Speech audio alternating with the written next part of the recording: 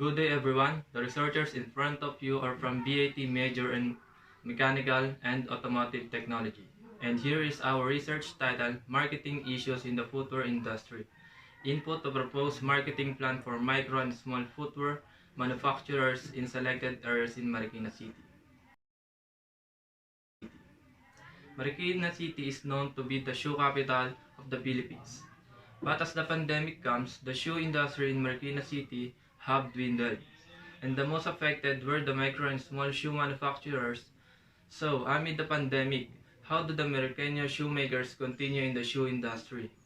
The researchers work in making a marketing plan for those affected shoe manufacturers, micro and small. This study chose 59 respondents to participate. The researchers used a descriptive evaluative method with the use of Likert scale to assess the respondents. The researchers have surveyed those respondents face-to-face. Then, the researchers analyzed and interpreted the data gathered through appropriate statistical procedures. The researcher focused on the marketing issue in the footwear industry, input to a proposed marketing plan for micro and small footwear manufacturers in Marikina City, and especially this study sought to answering the giving questionnaire to the respondent. Example, age, gender, and the number of years in shoe industry. Second, to our objective is how do the respondent assess the marketing issue in the footwear industry. Input to a proposed marketing plan for micro and small footwear manufacturing in selected area of customer in Barangay Santo Niño and Santa Elena in Marikina City, including the brand. Brand is a part of marketing. Place, a place where it's comfortable to make a good product. Price, the price is affordable by customer and consumer. Product, product testing goes through proper process from the seam and the leather and until to deliver to market. People, every shoemaker also thinks about quality, their work for people. Promotion, creative campaign, advertising, and the platform determine the brand awareness, and the last is in launching the product. The researchers surveyed the micro and small shoe manufacturer of Marikina City, specifically located at Santo Niño and Santa Elena. The target respondent of this research study are the small and the micro shoe manufacturers and the customer who have issue experience. The survey questionnaire were given 28 shoe manufacturer and 31 customer. They answered the survey questionnaire face-to-face, which supplied the information that we need. Statistical treatment of data, and this is what was used, the mean and the t-test. Mean, this will be used to determine the evaluation of the two groups of the respondents on the shoe polish in terms of physical properties, effectiveness, acceptability, marketability, and packaging. T-test, this will be used to determine if there is a significant difference in the evaluation of the two groups of respondents. As you can see on this table, E represent the summation, and X represent observations, and N represents the number of observations. As you can see on this second table, X1 is the mean of the first sample, and X2 is the mean of the second sample, and M1 is the mean of the first population. M2 is the mean of the second population. M1 and M2 hypothesize difference between the population means. Sigma 1 is the standard deviation of the first population, and Sigma 2 is the standard deviation of the second population. N1 is the number of the data points in the first sample. N2 in the number of the data points in the second sample.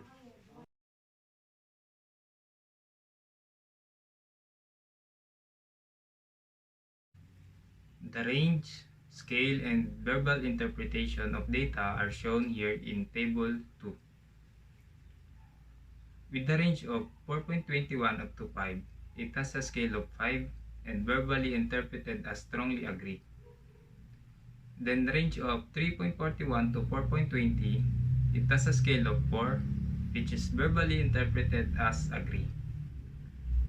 The range of 2.61 to 3.40, it has a scale of 3, which is verbally interpreted as neutral.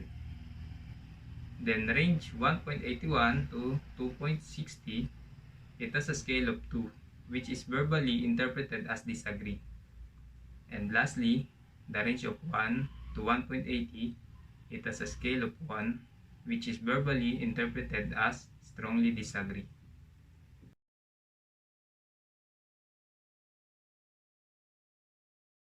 In the result of Chapter 4, in terms of brand, the marketing issues in the footwear industry, input to a proposed marketing plan for micro and small footwear manufacturers in selected areas at Marikina City was evaluated by the shoemakers and customers.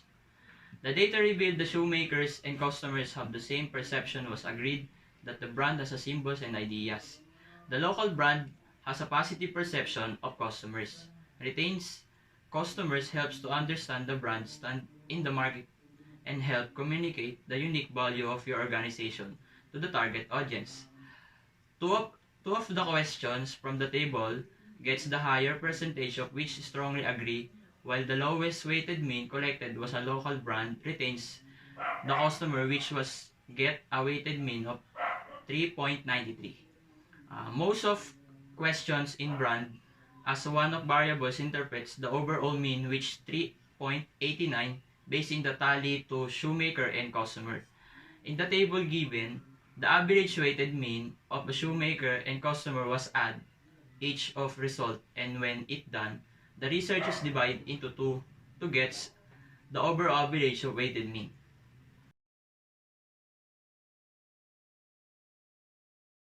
Place present that the mean and the verbal interpretation of the two groups of respondents, which is the shoemaker and customer, of the marketing issues in the footwear industry results with a mean of 4.23 and 4.01. Verbally interpretation as strong agree and agree respectively, which is result to an overall mean of 4.12 interpreted as agree. Data revealed the shoemakers and customers have the same perception, was agreed that the place has an access to the customers. Products are placed on the eye level of the customers, searchable on online platforms like Google Maps, Waze, etc. Easy to find in the e-store on the internet and in a secure community with a low crime rate.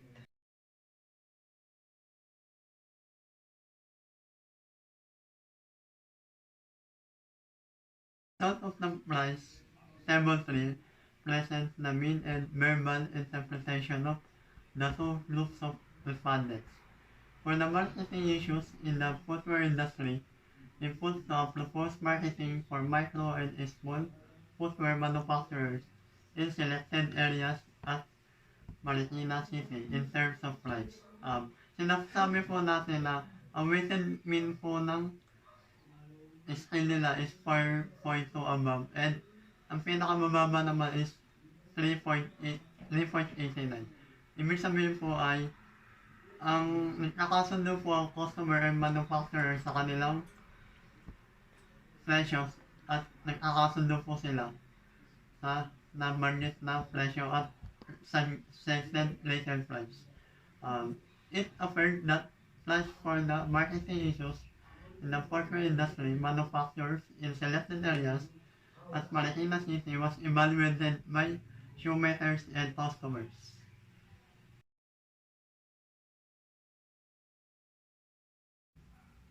Product presents the mean and verbal interpretation of the two groups of respondents. It appeared that the product for the marketing issues in footwear industry, input to a proposed marketing plan for micro and small footwear manufacturers in selected areas at Marikina City was evaluated by the shoemakers and customers with the mean of 4.39 and 4.08, verbally interpretation as strongly agree and agree, respectively, which result to an overall mean of 4.24 interpreted as strongly agree. Data revealed that shoemakers and customers has the same perception was strongly agree that the product as a shoe is durable, sizes are available to any foot size, soles and padding are comfortable for the feet, shoes are sleek and attractive, and the shoe is keeping up with the trends.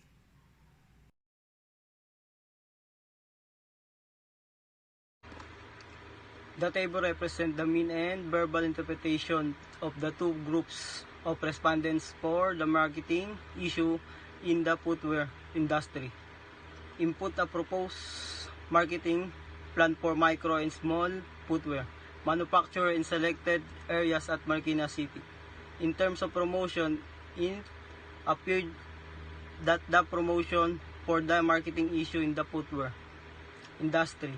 Input a proposed marketing plan for micro and small footwear manufacturer in selected area at Marikina City was evaluated by the shoemaker and customer with a mean of 3.91 and 3.85 verbally interpretation as agree respectively, which result to an overall mean of 3.88 interpreted as agree. Therefore, data revealed that the shoemaker and customer have the same perception. Was agreed that the promotion has a more social media exposure in business create the higher potential of attracting more customer.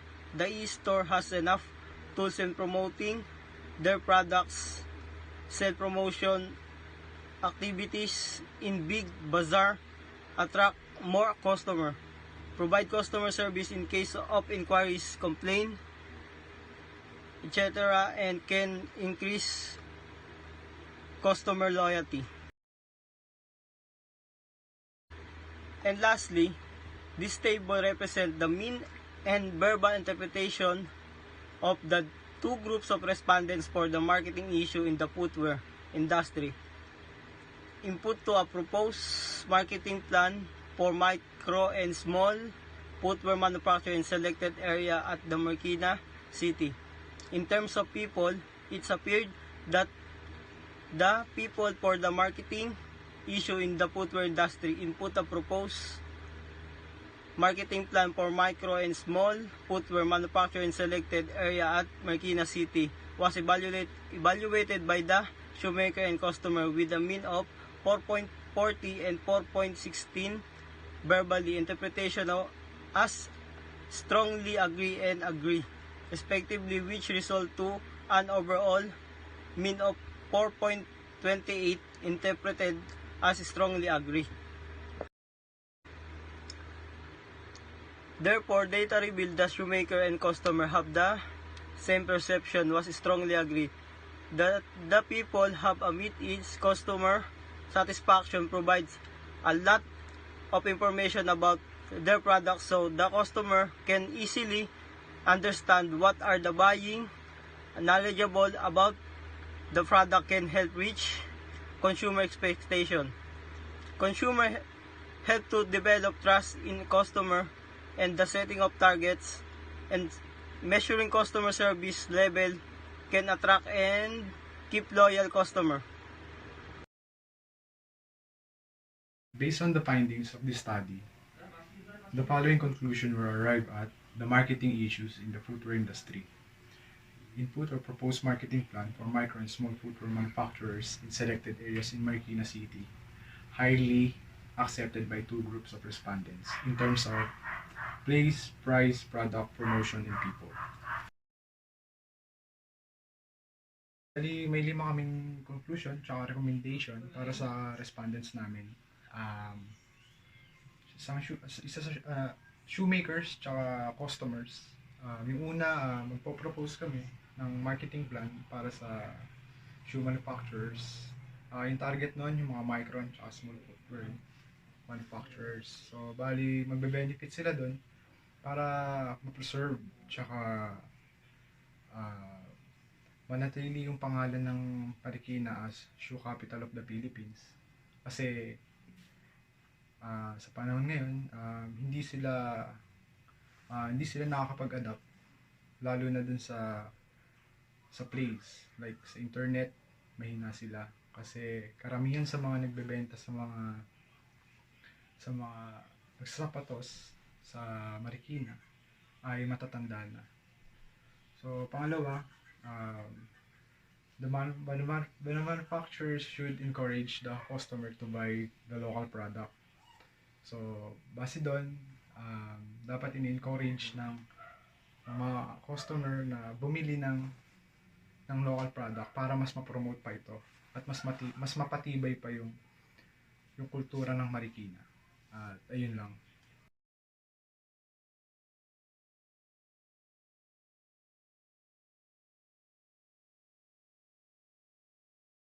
Number 3 recommendation.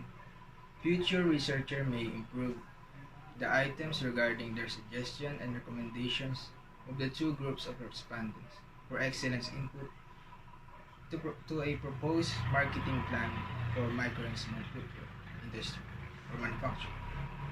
So, sinasabi dito na yung mga suggestion ng customer and manufacturer para mas ma-improve pa yung product nila, may makapagbigay ng tulong sa mga future researcher na ma-improve pa yung item and yung product ng shoe manufacturing of Marikina.